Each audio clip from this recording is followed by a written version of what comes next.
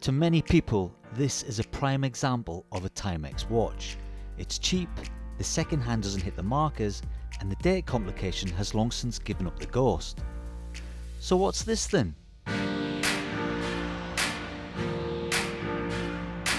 Hi and welcome to Last Watch. As well as the YouTube channel, I also have an Instagram page that you might want to take a look at. Timex are synonymous for affordable quartz watches.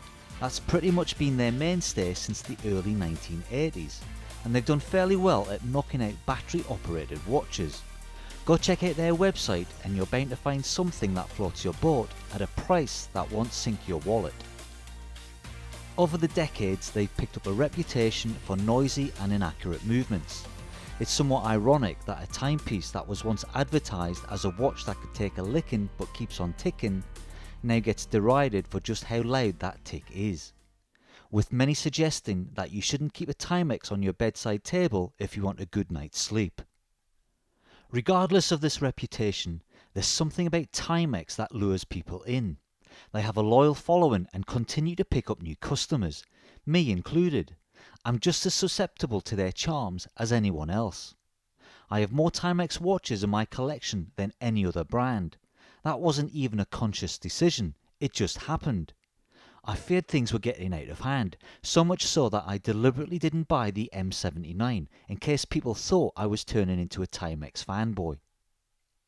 It's fair to say that the Timex business model is working well, so it was an unexpected delight, not to mention a mammoth surprise, when in 2017 they uncharacteristically raided their archive and released a reissue of their 1960s Marlin. A faithful reproduction of a 34mm watch, complete with a hand-winding mechanical movement, purported to be the Seagull ST6. The Marlin is a modern-day reminder that Timex is a global company that was selling mechanical watches for more than 100 years before the quartz crisis took hold in the 1970s. Releasing such a small watch, when fashion would dictate that bigger is better, might have been considered foolhardy. Not for Timex. The Marlin's understated, minimalist vintage design sold out almost immediately. It was a smash hit, so much so it made sense that more would follow. The Marlin has now been joined by 6 other variants in the 34mm range, and a baker's dozen in a more modern-sized 40mm case. One of which is today's watch, the Timex Marlin Automatic X Peanuts featuring Snoopy the Flying Ace. Reference TW2 R94 800. Before I get started with the review, let's dive into the watch's specifications, allowing a little leeway for my calipers and rounding up the numbers. There's a diameter of 40mm, a lug width of 20mm, a wearable lug-to-lug of 48mm, and including the overly large crystal, a case thickness of 13.5mm. And on the supplied leather strap, an almost weightless 52.83 grams.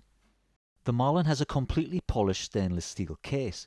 Don't pay any attention to what you may have seen or read elsewhere, as even the Timex website says this is a mix of brushed and polished. It's not, it's an all-out mirror finish. The case profile is a 1950s flying saucer shape, with 2 hard contour lines defining its 3 sections. An outwardly curved bottom to a flat side and an inwardly curved bezel, which is cut abruptly in order to seat a slightly recessed crystal. The lugs are well proportioned and slip sharply away from the mid-tier of the case. They turn down nicely to meet your wrist. The crown has a well-pronounced coin edge and flat polished side. Sadly, it's not decorated. It's easy to grasp and wind. Pulling it out all the way from the case gives you a firm engagement with the hands. There is, however, a noticeable ghost position for the non-existent date, which can be heard and felt, but not seen. In keeping with its vintage vibe, we have the rather bulbous flat-domed acrylic crystal. The crystal is substantial compared to the watch case. You could easily shave off 3mm from the thickness of this watch with a flat crystal, but that watch would lose all its character, and you would miss out on all those beautiful distortions and reflections. Beneath this pleasure dome we find a subtle starburst silver dial, which I suspect is not entirely flat around its outer edge, as it seems to taper down towards the chapter ring. The chapter ring has sharply printed black indices depicting the seconds or minutes. Within this, we have applied slender silver batons to represent the hours or 5-minute markers. The hour and minute hands are slim, polished silver pencil shapes, possibly too slim. Surprisingly, they are filled with lume, but the glow they give off is barely worth the effort. The advancing seconds hand is a polished silver stick. All these hands seem disproportionately small for the dial and fail to meet the required markers and indices. Part of me wonders whether they are a hand-me-down from the 34mm Marlin. Just below the 12 o'clock position, we have the finest printed and perfectly proportioned Timex logo. The 6 o'clock position is missing its baton. In its place, we have the star of this dial and my reason for purchasing the watch, a rather forlorn-looking Snoopy, dressed with a pilot's cap, goggles and scarf, which seems to be blowing elegantly in the wind. Timex have been putting Snoopy and the other Peanuts characters on their dials since the late 1950s. The Charles M. Schulz Peanuts comic strip is a real slice of Americana. I guess it was a no-brainer at the time for Timex to cash in on the popularity of Charlie Brown and his pals. It was only later, during the space race of the 1960s, that NASA and Omega adopted the Peanuts characters, with both Charlie Brown and Snoopy being associated with the Apollo 10 mission prior to the Apollo 11 moon landing in 1969. Snoopy has been used as a NASA safety mascot ever since. If you're looking for something truly collectible, you might want to add a silver Snoopy to your list. Let me know how you get on. Although a Timex watch never flew to the moon, it's rumoured they were worn by astronauts as personal and service-issued timepieces. That might explain the 50th anniversary NASA Timex watches of 2019. Of course, none of this explains why I wanted Snoopy on the dial of my Marlin. The Marlin Snoopy is, more dare I say, a grown-up version of your typical Peanuts watch. A more refined and dignified monochromatic look better suited to a dress watch, albeit a dress watch with a sense of humour. As I mentioned in the unboxing, I bought this watch as it instantly reminded me of my cat Snoopy, who passed away a few years ago. She was a dignified and sometimes mischievous cat who was never far from my lap. Now I actually have a reminder of her that I can take to family gatherings after the lockdown has been lifted. Turning over, we can reveal the workhorse of this watch. The original 34mm Marlin was a hand wind only. As you can see, this movement has a Timex branded rotor.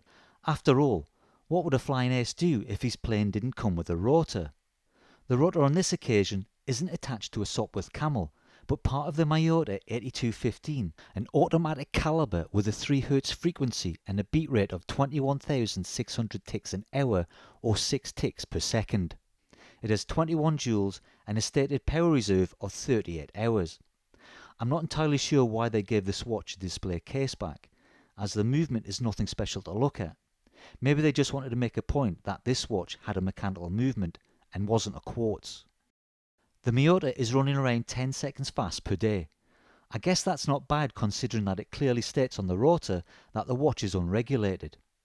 You should bear in mind that it doesn't hack, therefore setting it precisely is made that much more difficult. I normally start winding this watch with a 5-second countdown. Although it ticks away relatively quietly for a Timex, the rotor is noticeably audible. That's a polite way of saying it's loud.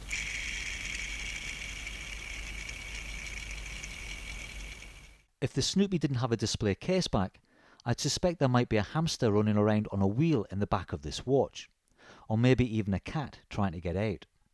The caseback is a diver-style screw-in affair. Around its circumference we get some information on the watch missing from its minimalist vintage-style dial. Namely that it has an automatic movement, is water-resistant to 30 meters, is made from stainless steel, and its Timex reference number. Within this, printed on the rear of the crystal, we are informed that this watch is part of the 2018 Peanuts Marlin collection. The watch strap is a soft, flexible black leather with a matching black stitch. Cleverly, the stitching on the rear is white on the undyed leather. The strap has been branded with the Timex logo, and although there is no mention of the grade of leather that has been used, we can see that it was manufactured by SB Foot Tanning Company from Red Wing, Minnesota, in the good old US of A, a company that has a history nearly as old as Timex itself. This strap may be the only part of the watch guaranteed to be made in America. The tang and buckle are polished. The buckle has an attractive curve to it that cups the strap quite nicely. We also have 2 leather keepers. Overall, the strap is a comfortable fit and has an almost rubbery texture to it with a noticeable leathery smell. It fits easily on my 7-inch wrist and should accommodate those with a 6 and a bit to well over an 8-inch wrist. Fear not though, if you have any concerns about the size or simply prefer to have your watch on something else, the strap comes with quick release spring bars, making them a doddle to remove. The Snoopy Marlin is an attractive watch, and I have my reasons for loving it more than I should. Timex package and market the Marlin range as a premium product, and you pay a premium price over the typical quartz. I paid just under £225 for this watch in the UK. It will cost $249 in the States, and it has a non-hacking Miyota movement. The same movement as the Star King here, which is less than a quarter of the price. Timex could so easily have given this watch a movement that hacks and a signed crown. Better scaled hands would be appreciated, and either drop the lume or make it more substantial. Little touches that would have gone a long way, but they don't need to. Regardless of what it's lacking, the watch sells because it has bags of character, and I don't just mean that little fella sitting at 6 o'clock. Cleverly, they also produce this watch in limited numbers. It's by no means a Rolex, but I was on the waiting list for more than a year before I got my hands on this watch, and I had my concerns that my only option might be to buy a used version on eBay at an overly inflated price. Timex don't build the best watches, but as I mentioned earlier, there's a charm to them that lures you in. Ultimately, it's just clever marketing on their part and pricing their products just right, so you're happy to pay that little bit more to acquire it. If you want proof, see if you can pick up one of the new Q Timex colorways that were released this week. Good luck with that. Well, thanks for watching, and be sure to like today's review. If you haven't already done so, please consider subscribing to the channel and hitting the notifications. It would be great to break 10,000 subscribers with this video and secure more content for future reviews. Let me know what Timex is. Timex is? Is that even a word? Let me know what Timex watches you have in your collection. If there's something that you paid that little bit more for, or waited way too long to get on your wrist. Or even if you gave in and became a complete Timex fanboy. Trust me, I will look forward to reading your comments. Stay safe, and I'll see you all in the next video.